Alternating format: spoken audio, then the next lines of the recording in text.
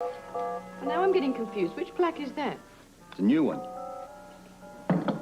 Is that because the one you had duplicated isn't working yet? Yeah, Ginny's toughing it out with that one, so I had this one made with Frisco's name on it. Now she's going to have to contend with that. And do you think this will be the clincher? It'll really psych her out? I hope so, but if not, I'm prepared. With what? Some surefire tricks guaranteed to push her right over the edge.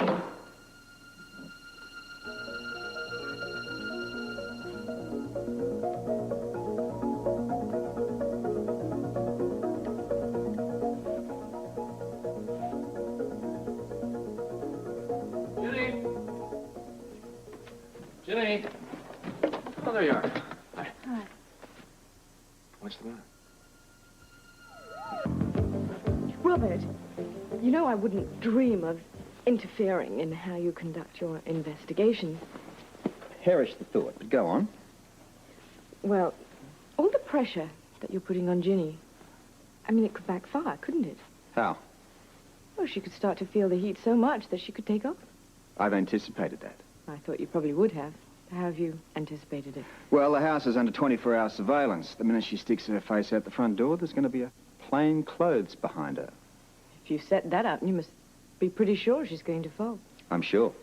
Well, then why wait? I mean, all the evidence that we found in the garbage heap, the blood-stained dress, the purse with a bullet hole in it, the gloves, the plaque with a bullet in it. I mean, you can arrest her with that, can't you? It's all solid evidence, and in time it'll have weight. But at the moment, my case needs 2 more elements. A witness? That'd help. Somebody who eyeballed her committing the crime, but far greater value would be a confession from the lady herself. That's really what you're hoping for, isn't it? It'll come. In the meantime, I'm prepared to wait. I just wish we could tell Bobby, because this waiting is really rough on her. I'd like to get her off the hook, too, but for the moment, she's going to have to hang there.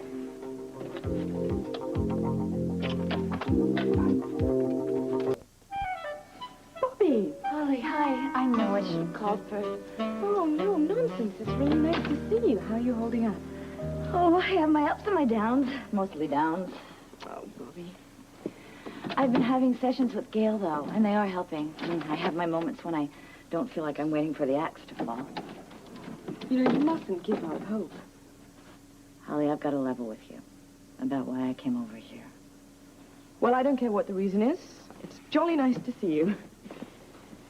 I'm here to ask you if there's any hope for me. Robert says that he has new leads.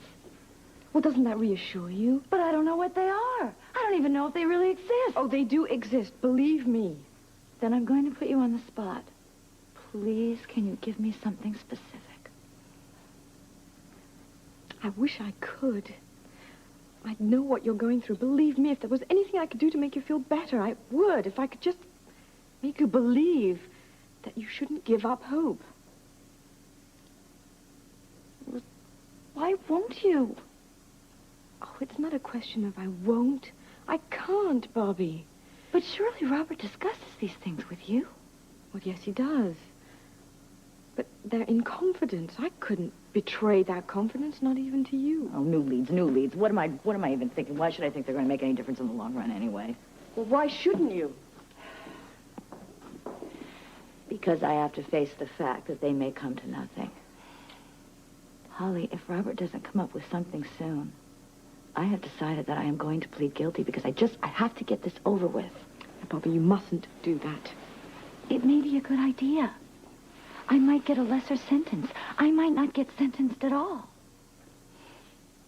What if I told you that something big was going to happen? Something that would really help you soon, maybe even tomorrow. Today. Today? Possibly. But soon, at least? I can't tell you any more than that. Well, Holly, I wish it will happen the way you say it will. Oh, I wish I could tell you more. Robert trusts Jake. Do you think he might confide in Jake about this? He might. Jake has been wonderful. I'm beginning to depend on him more and more. Gentlemen, Good morning. another official visit. Afraid so. We still have some investigative work to do, but we'll endeavor not to disrupt you. It's no problem. I can't imagine what more you could want here at the studio, but go right ahead. Thank you. We appreciate that. Let me know if I can help. Will do. Sure. All right, look, why don't we check our measurements from here to the exits, then we'll go back over our original measurements. Well, I start over here. Check that one first, yeah.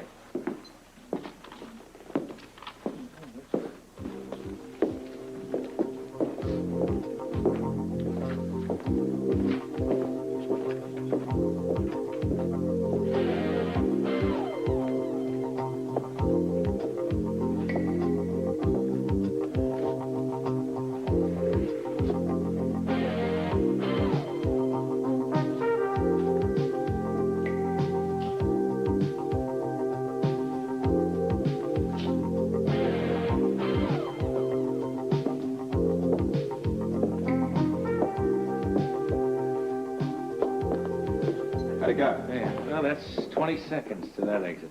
Good. Let me try next. No, let's have a coffee. Oh, okay.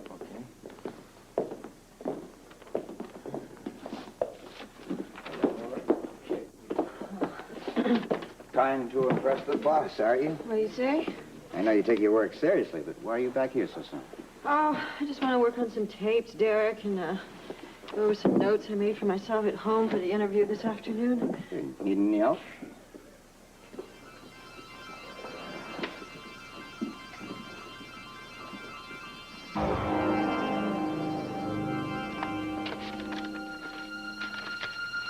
During the interview, you just keep in mind, these top government boys are old hands at dealing with the press. and the media. You understand?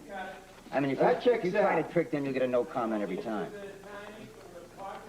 Yeah. Yeah, listen, I want that one absolutely to the millisecond. Okay, I'm sure you do. And remember, it's a local angle that our viewers are interested in. Are you listening to me? Now, when you get to the federal budget allocations, you try to pinpoint him to what's earmarked for Port Charles. Yeah, okay? Derek, I've made some notes on this. Good. Do you mind if I look at them? Not at all.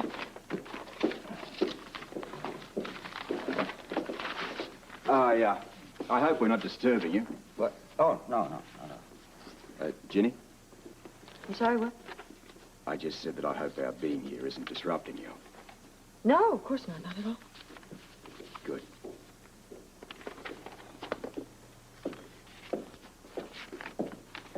Well, these look fine. Listen, if you need me, I'll be in my office.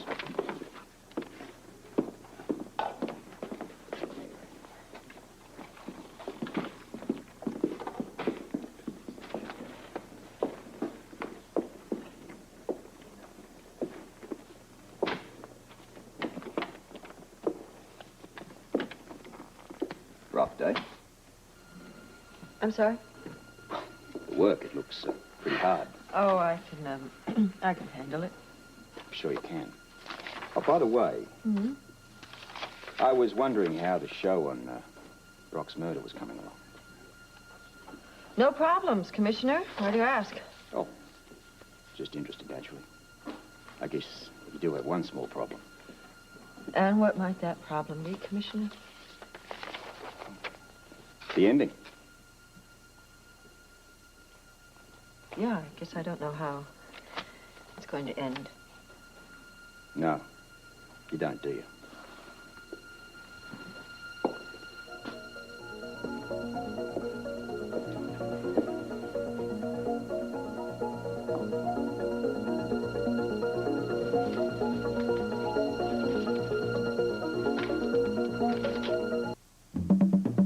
I'll be with you in 1 second. Yes, what can I do for you? You're the proprietor, That's right, but if you're a supply salesman, I got everything I need. Robert Scorpio, Police Commissioner of Port Charles. Of course, I thought I'd seen you before. Must have been your picture in the paper or on TV. That's possible. Irv Hansen, Mr. Scorpio, this is an honor. Thank you. Well, how can it be of service? Dry cleaning? You missed the weekend special, but for the police commissioner, I'll extend it. Actually, Mr. Hanson, I have a favor to ask of you. A pleasure. I'm understanding of the fact that you do the dry cleaning for the Weber household. Absolutely correct. Fine man, Dr. Weber. Yes, he is. Before we get into this, I'd like to point out that this is official police business, and what I'm about to tell you must be held in strictest confidence. Police work involving Dr. Weber? You are familiar with the term strict confidentiality? Well, my lips are sealed. Good. Notice you have two phones here. Are they connected on the same line? That's right. That might come in handy. My telephones? My wife will be in to see you a bit later on. Now, she will identify herself to you. It'll be my pleasure to meet her. And she'll have a detailed description of address for you. Is that clear? Address. I got it. Right. I will then be in a bit later on, and I want you to make a phone call on this phone. Whatever you say, Commissioner. Who do I call up? My wife will give you all the details, Mr. Hanson. Now, just remember two things. One, she will be in here. And two, this is police business, and you mustn't discuss it with anyone. Can I discuss it with you? Pardon? Well, just a question, Commissioner. What's all this got to do with the fact that I do Dr. Weber's family cleaning? My wife will give you all the details, Mr. Hanson, but remember, not a word to anyone.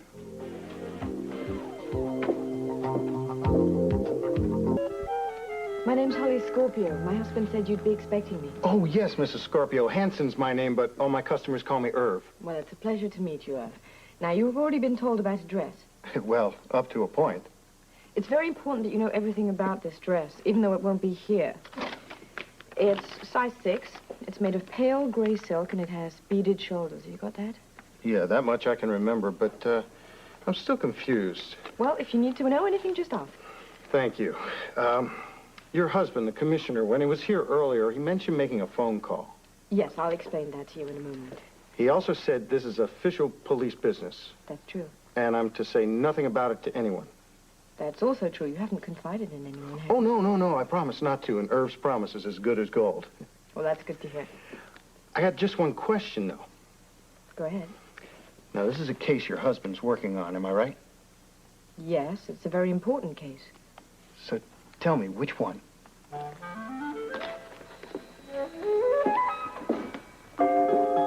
Sorry to keep you waiting. Is everything said?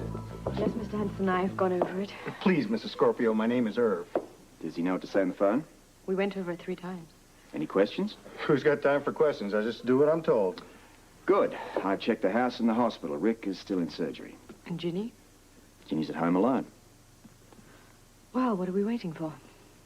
Nothing.